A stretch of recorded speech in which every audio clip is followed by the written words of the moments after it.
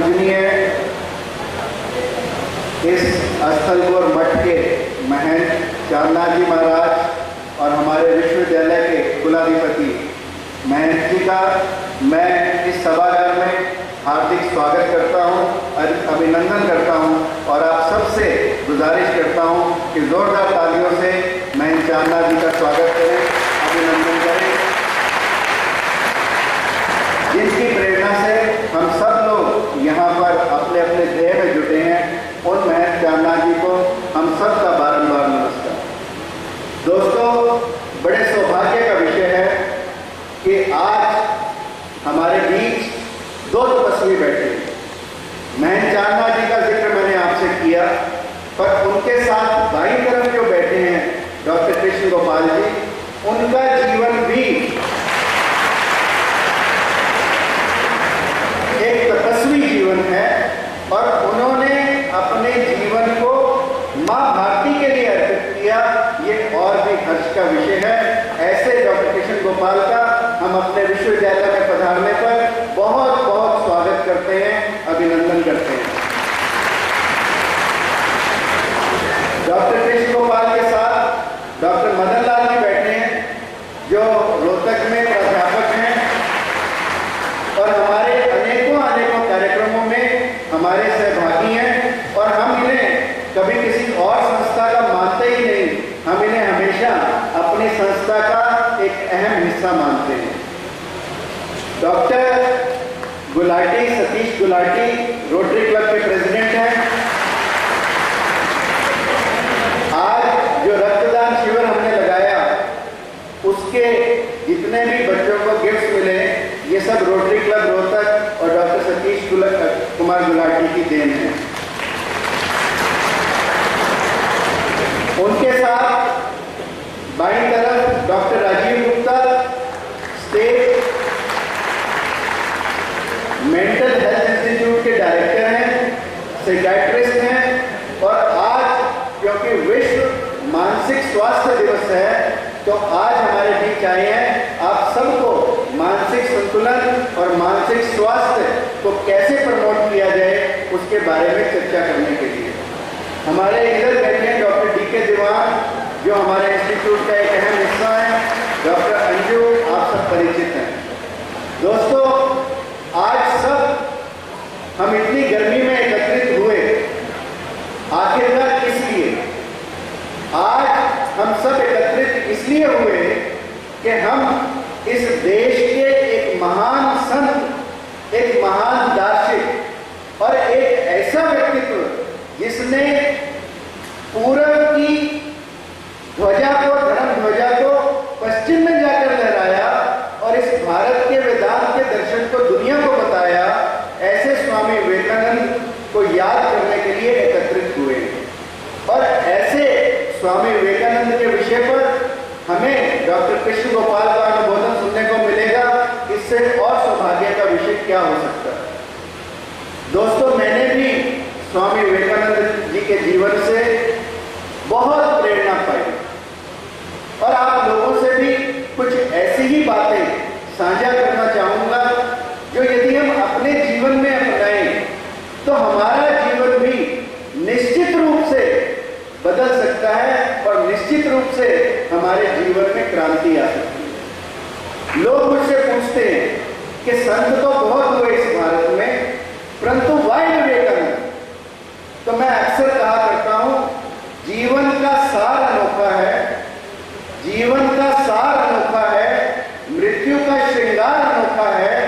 संत तो बहुत है इस भारत में, परंतु विवेकानंद का भाव अनोखा है, विवेकानंद का भाव अनोखा।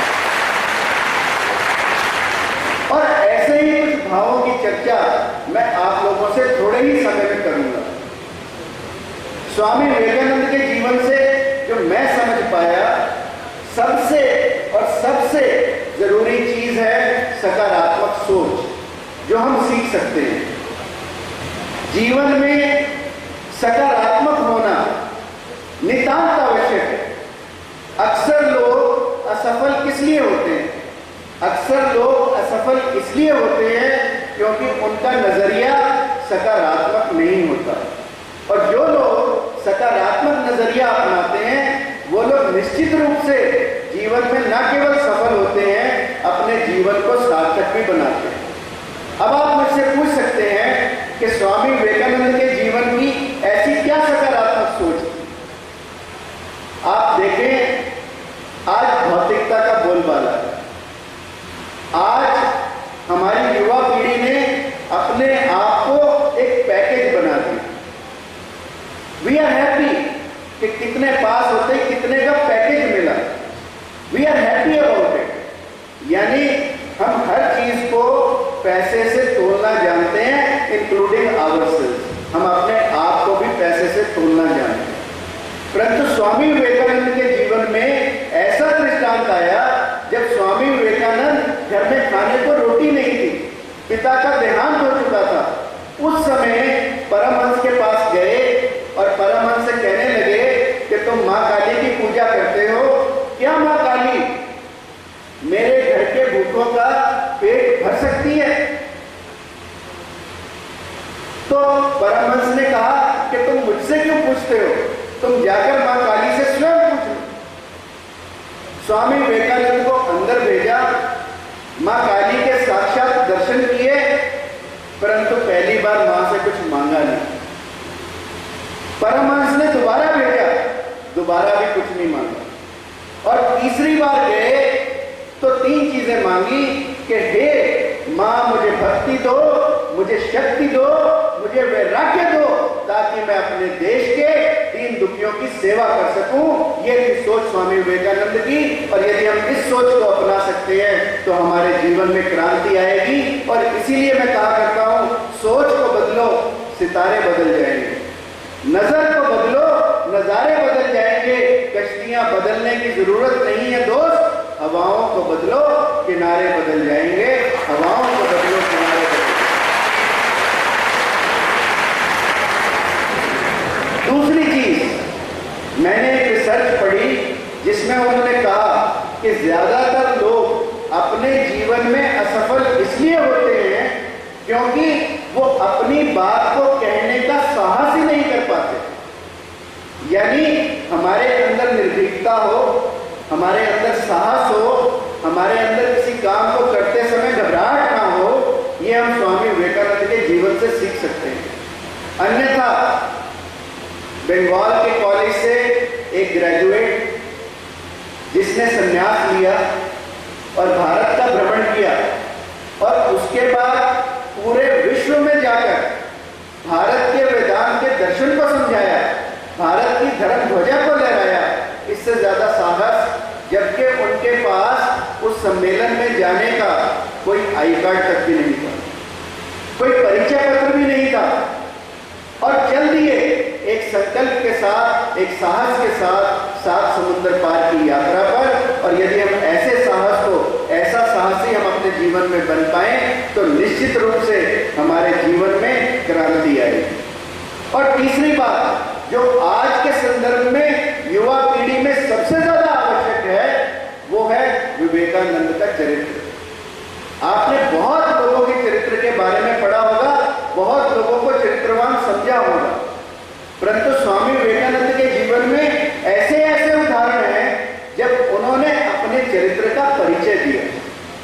कहते हैं स्वामी विवेकानंद किसी देश में गए तो वहां एक युवती ने स्वामी विवेकानंद को शादी के लिए प्रपोज किया और कहा कि मैं तुमसे तुम्हारे जैसे बच्चे की उम्मीद करती हूं। स्वामी विवेकानंद एक बार तो बहुत घबराए। फिर स्वामी विवेकानंद ने उसे कहा कि मां मुझे अपनी गोद में बिठा लो, तुम्हें तुरंत मेरे जैसा बच्चा मिल जाएगा और मैं तुम्हें मां पुकारूंगा। यह था विवेकानंद का चरित्र।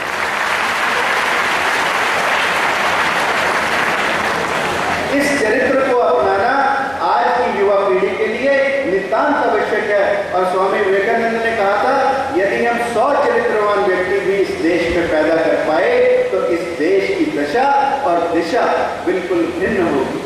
यदि आप लोग भी स्वामी विवेकानंद के बताए चरित्र पर चलेंगे तो आपके जीवन में भी निश्चित रूप से बदलाव आएगा और जब आपके जीवन में बदलाव आएगा तो निश्चित तौर पर हमारे समाज में बदलाव आएगा, और जब समाज में बदलाव आएगा तो पूरे विश्व में बदलाव आएगा। इसीलिए इस सार्धशती का लक्ष्य हमने रखा, भारत जागो विश्व जगाओ। और भारत कब जागेगा?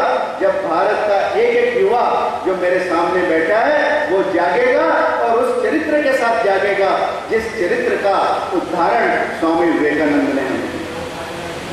और चौथी बात मैं जो आप लोगों से करना चाहता हूं वो है स्वामी विवेकानंद के संकल्प की। जीवन में अक्सर लोग संकल्प की शक्ति ना होने के कारण असफल हो जाते हैं, और स्वामी विवेकानंद ने अपने लिए संकल्प नहीं लिया। उन्होंने 3 दिन 25, 26 और 27 दिसंबर 1892 कन्याकुमारी में उस शिला के ऊपर, जिस शिला पर मां पार्वती ने तपस्या की थी भोले शंकर जी को प्राप्त करने के लिए, और कठिन से कठिन तपस्या की थी, बरसों बरस तपस्या की थी, उस शिला पर बैठकर भारत की दरिद्रता को दूर करने का संकल्प लिया, और उसी संकल्प के साथ वो भारत से पहुंच गए शिकागो, जहां का आप सब लोग इतिहास जानते हैं। और आखिरी बात जो मैं आप सब लोगों से करना चाहूंगा वो है स्वामी विवेकानंद की राष्ट्रीयता को अपनाने की। आज हमारे देश में देशभक्त पैदा तो कर रहे हैं पर कमी आने लगी। आज देश में हर व्यक्ति को अपनी पड़ी है, हम देश के बारे में कभी सोच नहीं रहे। और स्वामी विवेकानंद जैसा व्यक्ति जिनके विचारों में केवल और केवल भारत था, ऐसे व्यक्ति का हमें अनुसरण करना चाहिए। कहते हैं स्वामी विवेकानंद जब शिकागो में गए तो सन्यासी का चोला धारण किए थे, एक चोगा डाला हुआ था, और उस चोगे को देखकर लोग ये कहा करते कि शिकागो की सड़कों पर एक अजीबोगरीब मानव चल रहा। लोग हंसते थे उन पर, बच्चे भी पीछे से सीटियां बजाते थे। तो स्वामी विवेकानंद के जो साथ में लोग थे उन्होंने कहा, स्वामी जी आप अपना वेशभूषा क्यों नहीं बदल देते? स्वामी विवेकानंद को भी उनकी बात ठीक लगी। स्वामी विवेकानंद ने अपना वेश बदल लिया, उन्होंने पेंट भी डाली, लंबा कोट भी डाला, और जब अगली सभा में गए तो सिर पर हैट भी लगाया, साफा लगा कर चले। लोगों ने कहा कि स्वामी जी जब आपने सारे वस्त्र बदल लिए तो हैट लगाने में क्या कठिनाई थी? तो स्वामी जी ने कहा कि मस्तक पर तो मेरा भारत रहेगा, मस्तक पर तो मेरा भारत रहेगा। ये है स्वामी विवेकानंद। और स्वामी विवेकानंद जब शिकागो से भारत की धरती पर उतरे तो लोगों ने प्रश्न किया कि स्वामी जी विदेशों में रहने के बाद आपको कैसा लग रहा हो? वहां पर सब सुख सुविधाएं हैं, और अब भारत जैसी धरती पर जहां धूल मिट्टी के अलावा अभी कुछ नहीं है, आपको आकर कैसा लग रहा होगा? तो स्वामी जी ने कहा कि जब मैं इस भारत से बाहर गया था तो मैं इस भारत से प्रेम करता था, और जब वापस पुनः विदेश यात्रा से भारत में आया हूं तो मैं भारत से प्यार नहीं करता, भारत की पूजा करता हूं। भारत का कण कण मेरे लिए पूजनीय है, मेरे लिए तीर्थ स्थान है। इसीलिए स्वामी विवेकानंद के माध्यम से आप लोगों को 4 लाइनें कहना चाहता हूं। वतन की कर फिक्र ना दा, वतन की कर फिक्र ना दा, मुसीबत आने वाली, तेरी बर्बादियों का जिक्र है आसमानों में, न समझोगे तो मिट जाओगे हिंदुस्तान वालों, तुम्हारी दास्तां भी ना होगी दास्तानों में, तुम्हारी दास्तां भी ना होगी दास्तान।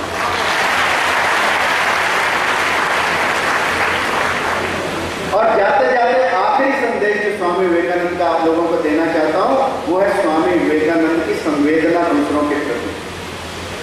अनेकों दृष्टांत हैं, परंतु मैं उन दृष्टांतों में न जाता हुआ 4 लाइनों के माध्यम से आपको स्वामी विवेकानंद की पीड़ा बताऊंगा।